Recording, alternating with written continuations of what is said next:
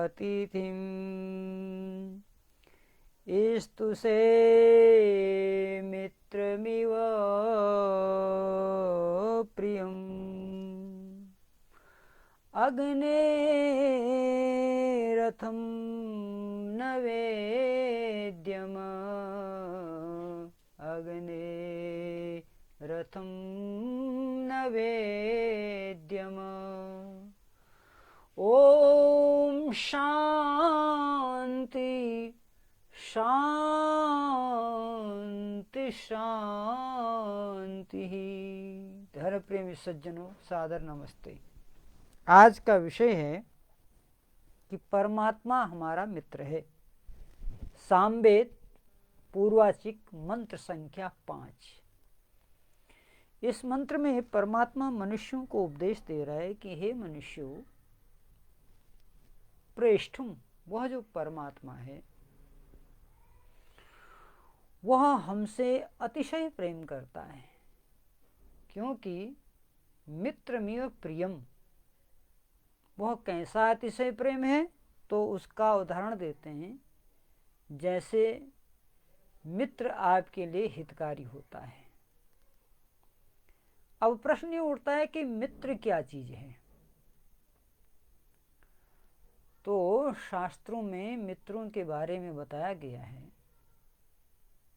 कि पापान निवारति योजिते हिताय, कि जो हमें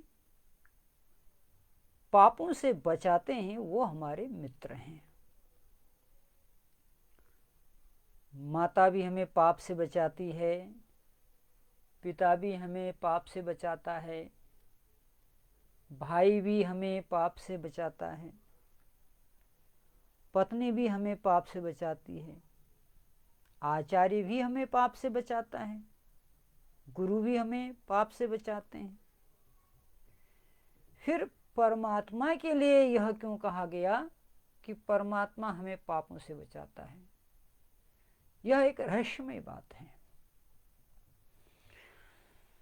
संसार के जितने भी संबंध हैं, माता पिता, भाई बंधु, पत्नी, आचार्य इत्यादि, ये हमें उतनी ही सीमा तक पापों को बचा सकते हैं जितनी सीमा तक ये पापों के बारे में जानकारी रखते हैं।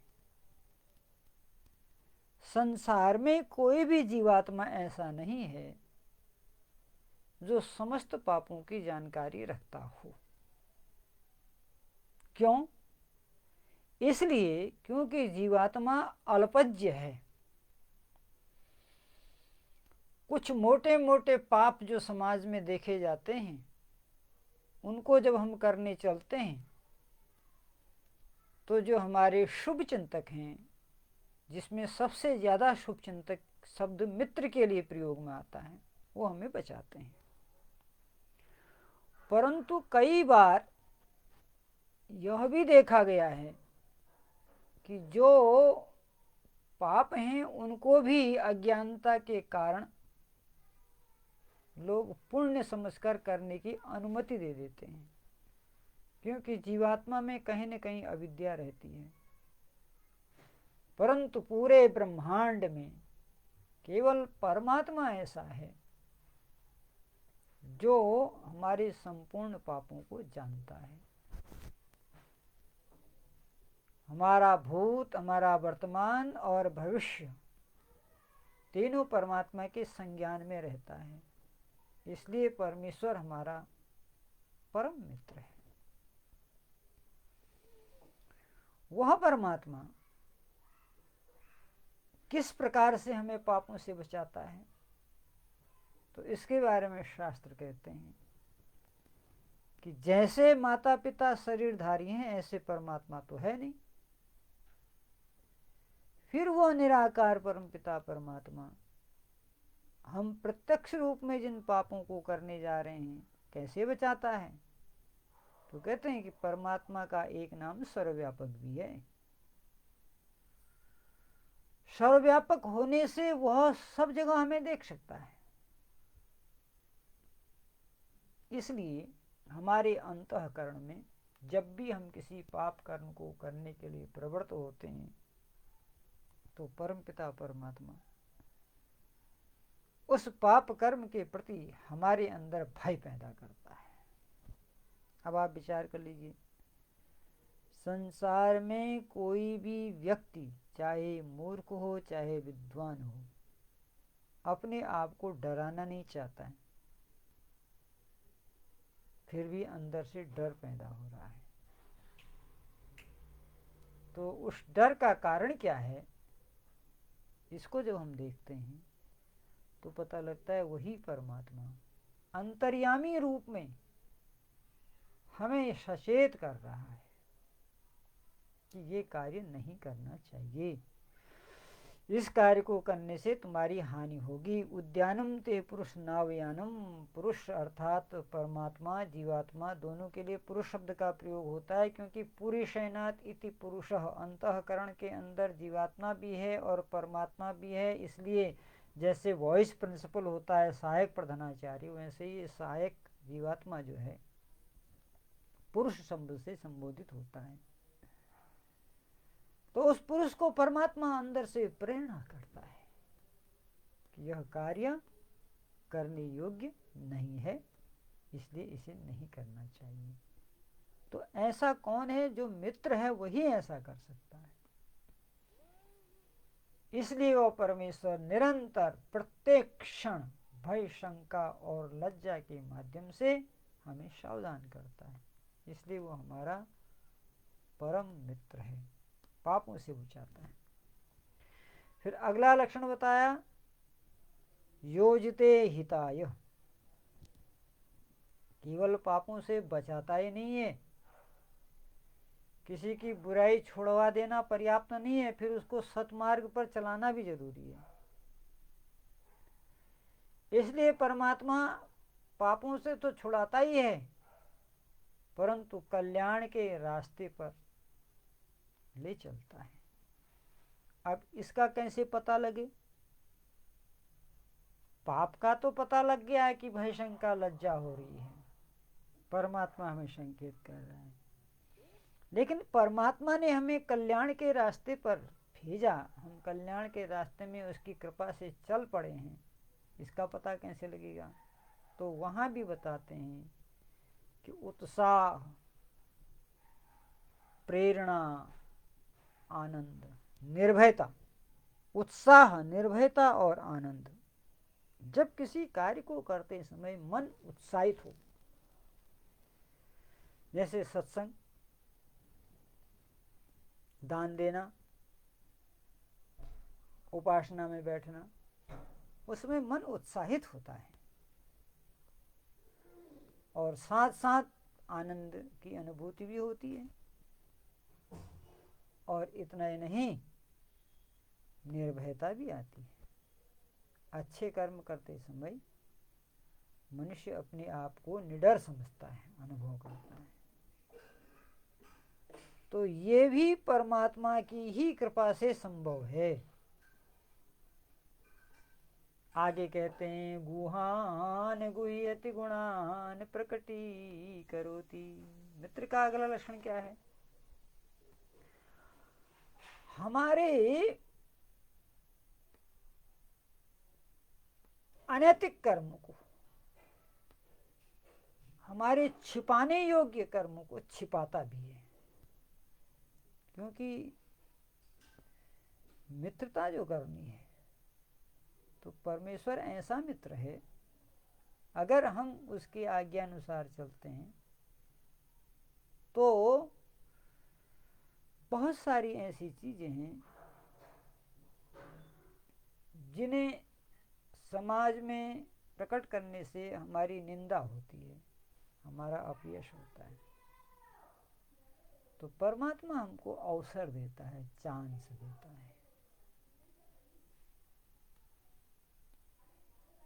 हमारे व्यवहार में भी हम देखते हैं कि हमारे अंदर कोई बुराई है तो हमारा जो बहुत निकट का मित्र है वो जहाँ एक ओर बचाता है वहीं दूसरी ओर छिपाता भी है।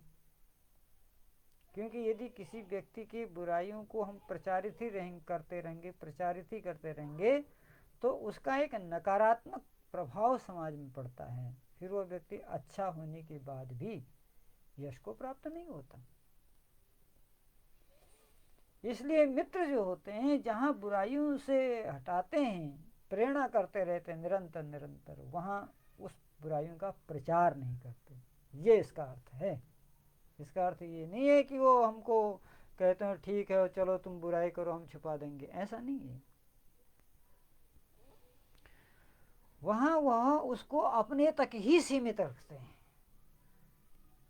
इसका नाम है गुह्यान गुह्यति, गुणान प्रकटी करोति। और हमारे अंदर जो अच्छाइयाँ हैं, उन अच्छाइयों को परमात्मा संसार को बताता है। अब वो अच्छाइयाँ क्या हैं, परमात्मा कैसे बताता है? तो हमारे शरीर से परिलक्षित होता है। जब अच्छाई आ जाएगी तो हम दान करेंगे, सेवा करेंगे, परोपकार करेंगे, लोगों से ईर्ष्या नहीं करेंगे, घृणा द्वेष की भावनाएं नहीं रखेंगे। तो जब इतने अच्छे गुण हमारे अंदर आ जाएंगे तो लोग अपने आप देखेंगे, देखो फलाने व्यक्ति बड़े परोपकारी हैं, बड़े दयालु हैं, बड़े सेवा भाव है इनके अंदर, बड़े परोपकारी हैं।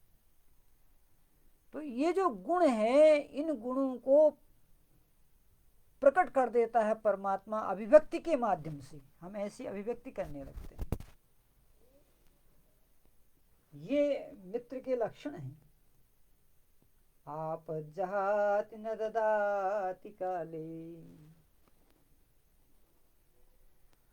और आपत्ति के समय में जो साथ नहीं छोड़ता, मित्र का लक्षण है। आपने देखा होगा बड़े बड़े शुभ चिंतक कष्ट और क्लेश में हमसे किनारे काटना शुरू करते हैं, कहीं कुछ मांगने लगे, कहीं हमें इसे कुछ देना न पड़े। तो परमपिता परमात्मा हमारा ऐसा साथी है कि एक और हमारे कर्मों का फल हमें दे रहा है न्याय पूर्वक, और दूसरी ओर हमारे साथ ही है, हमें छोड़ भी नहीं रहा है। और पता कैसे लगेगा हमारे साथ में? तो कहता है जो उसके उपासक हैं, जो उसकी उपासना करते हैं, जब उनके ऊपर कष्ट आते हैं तो परमात्मा उनकी सहन शक्ति बढ़ा देता है, कष्टों को सहन। पहाड़ के समान कष्ट भी राई के तुल्य दिखने लगते हैं, महसूस होने लगते हैं। कर्म का फल आएगा, लेकिन हमारी विल पावर, इम्यूनिटी पावर हमारी इतनी बढ़ जाएगी। परमात्मा को मित्र बनाने का ये लाभ है। हमारे जो मित्र होते हैं, अगर हम उनके लिए कुछ खराब भी कर दें तो मित्रता तोड़ने के लिए तैयार हो जाते हैं, और होना भी चाहिए। सामाजिक व्यवहार में हमारे अंदर इतनी क्षमता नहीं है। कोई मेरा मित्र मेरे से कहे कि मैं तेरे घर में शराब पीऊँगा, और फिर धीरे धीरे मुझे भी पिलाने लगे और मैं फिर भी उसका साथ दूं, तो संभव है कि मैं भी उस दुर्गुण से युक्त हो जाऊं। क्योंकि परमात्मा अविद्या के क्षेत्र में नहीं आता है। ईश्वर जो है उसमें अविद्या नहीं है। वो किसी भी काल में हमारी संगति से प्रभावित नहीं होता है, हम ही सदा उसकी संगति से प्रभावित होते हैं। तो ऐसा परमात्मा जो एक और हमारे कर्मों का फल हमको देता है, और दूसरी ओर हमारे साथ बना रहता है, संकट में भी साथ नहीं छोड़ता। इसलिए वेद ने कहा वह जो परमपिता परमात्मा है, मित्रमेव प्रियम, मित्र की तरह हमें प्यार करता है। जे न मित्र दुख होई दुखारी, तिनहि बिलोकत पातक भारी।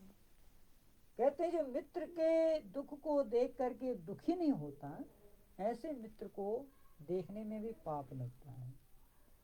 तो क्या परमात्मा भी हमारे दुख से दुखी होता है? नहीं, परमात्मा हमारे दुख से न दुखी होता है और न हमारे सुख से सुखी होता है। वह केवल हमें प्रेरणाओं के द्वारा जगाता है। वह सदा आनंद स्वरूप है और हमें भी अपना आनंद देना चाहता है।